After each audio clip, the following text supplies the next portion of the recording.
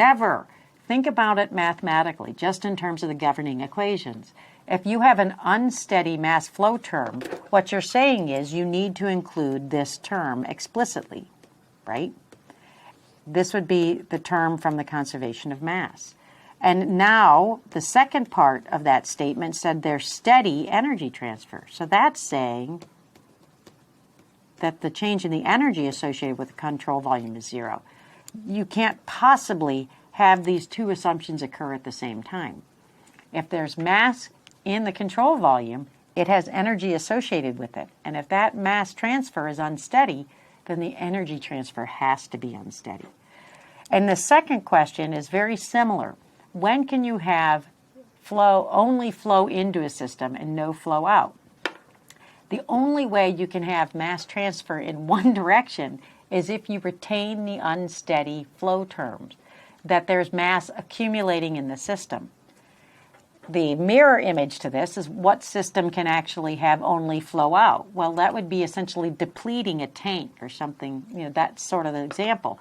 That only happens if you deplete the mass in the control volume. So again, my example here is if you have only flow in, it's just like when you inflate a balloon. Your conservation of mass expression would look like this. Okay, so that's perfectly allowed, but you have to have this term be non-zero. Okay, and we will cover some unsteady equations or unsteady examples.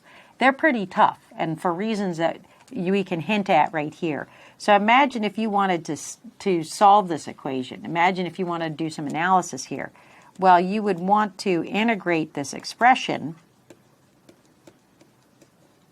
on both sides. This is the easiest integral we could ever do. This could be easy if we make some very strong, bold assumptions. In particular, what happens to the mass flow rate as a function of time.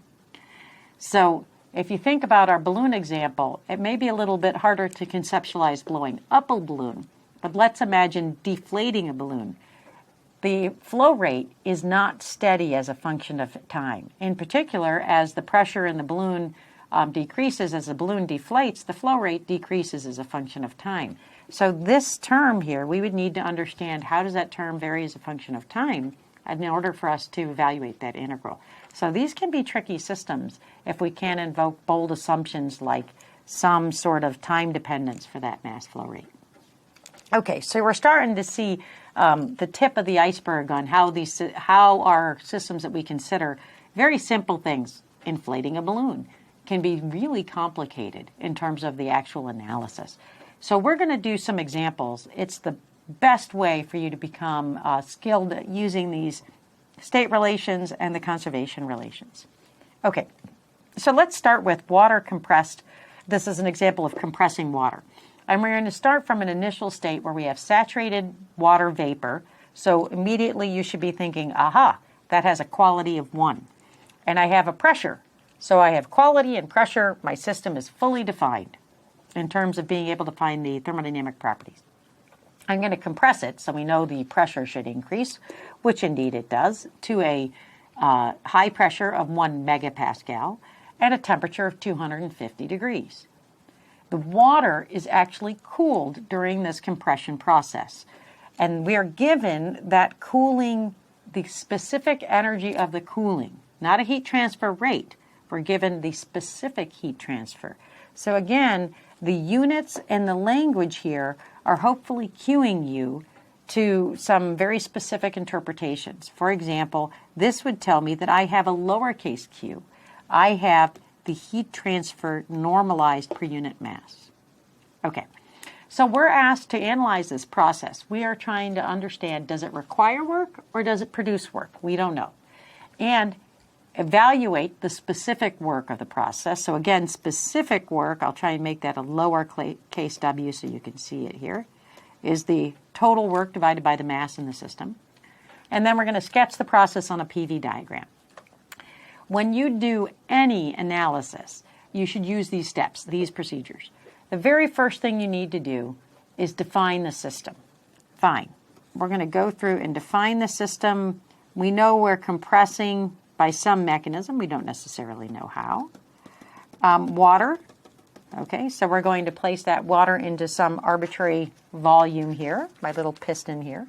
We know that the water is cooled during this process, so we know that we have some heat transfer out of the system. To be more specific, we know that we have a specific heat transfer out of the system.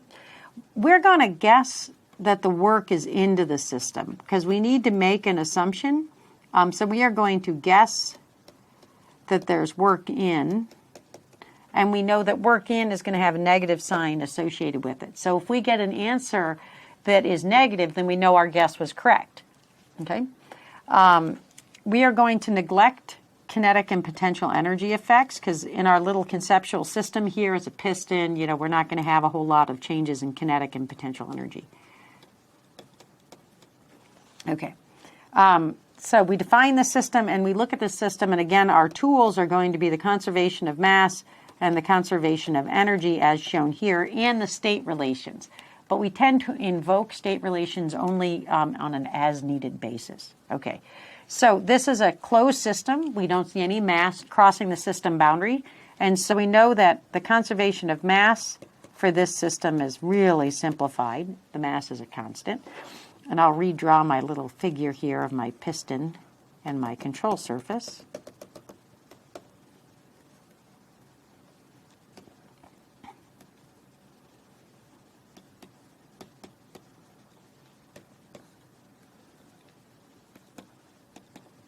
Okay. And we're going to look at the conservation of energy, and again, start with the conservation of energy in its most general form, which says that all changes in energy within the control mass have to be balanced by the heat transfer and the work transfer that occur on that mass. And again, we're given this information. We're going to neglect kinetic and potential energy effects, so the left-hand side of this expression becomes this. And what we want to do is we have information that's on a per mass basis. We know the mass is constant. So let's go ahead and simplify this expression by dividing it in the left-hand side and right-hand side by the mass in the system. So what we get is the U at the final state, the specific internal energy at the final state minus the specific internal energy at the initial state is simply given by this expression here. Okay, so we need to know the state. So what do we know? What don't we know? Okay. We're given the heat transfer. We're asked to find the work transfer. We need to have information from the initial state and the final state. Do we have enough information in order for us to fully define the initial state and the final state? So that's step 3. Find any missing or required state information. Well, we go and we look at what we know about state 1. At the initial state, at 1, we know the quality is equal to 1, and we know that the pressure is equal to 200 kPa. So that system is completely defined. That state is completely defined. At state 2, we're told that we have a temperature of 250 degrees C, and we have a pressure of 1 megapascal. We don't know where we are with respect to the saturation region with this information yet. That's actually a pretty advanced skill, is to be able to take your state information, specifically pressure and temperature, because those are the only independent parameters. Those are the only variables that we're concerned about, whether or not they're independent or dependent based on state. So it's only those two that we know are dependent when we're in the saturation region. So we look at these, and you'd have to go to your tables or your online your worksheets and things like that, and you'd have to be able to identify what state am I in. Am I in the subcooled liquid? Am I in the saturation region? Or am I in the superheat region? For this problem, I want to simplify the process a little. These state conditions are actually outside the range of what our online calculator will provide without buying the official full version. So these conditions, sure, they're well known. There are lots of steam table data sets out there that you could look up the information for these two states. But our online calculator can't do it. So what I want to do is tell you they're fully defined.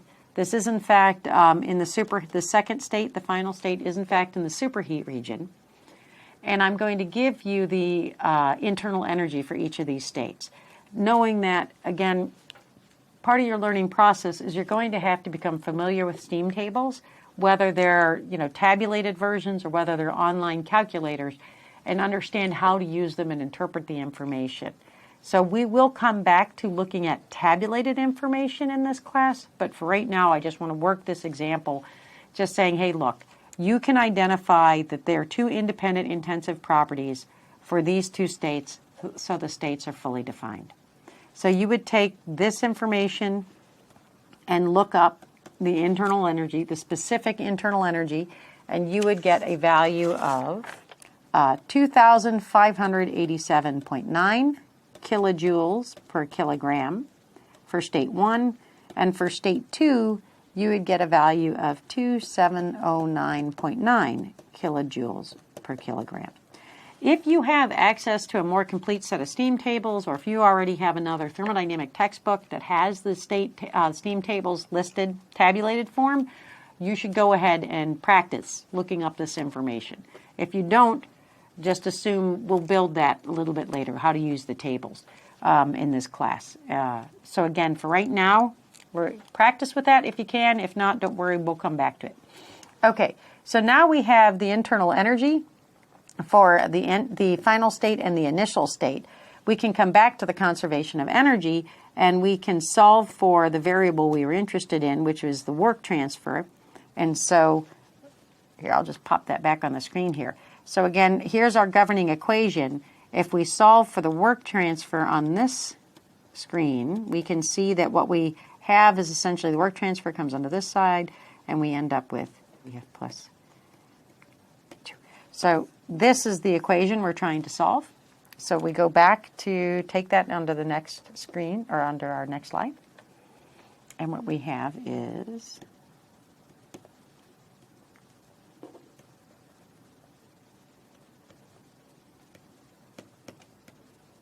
and if you plug in the numerical values, we have 93 kilojoules per kilogram. Remember, that's heat transfer in, so it has to have a negative sign associated with it, because that's our sign convention, heat transfer out. So the water is cooled during the process.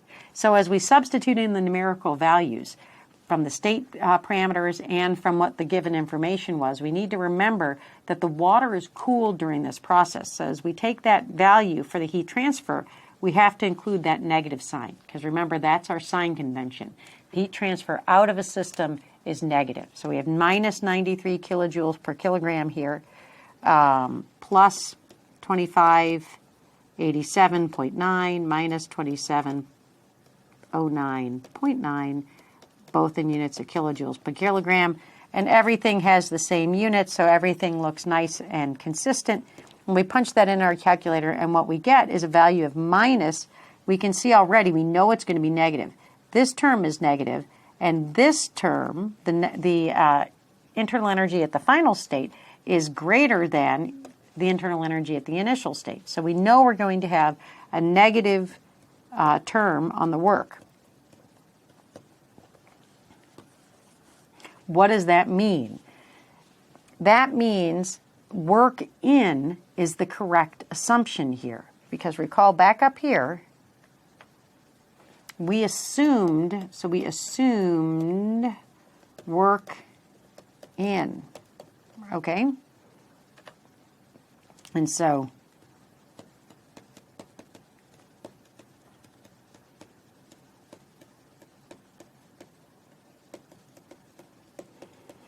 we've learned that to compress this was a saturated vapor at the initial state. So to compress a saturated vapor to 100 of water to 100 megapascals requires that we put work into the system, even if we cool the vapor during that compression process.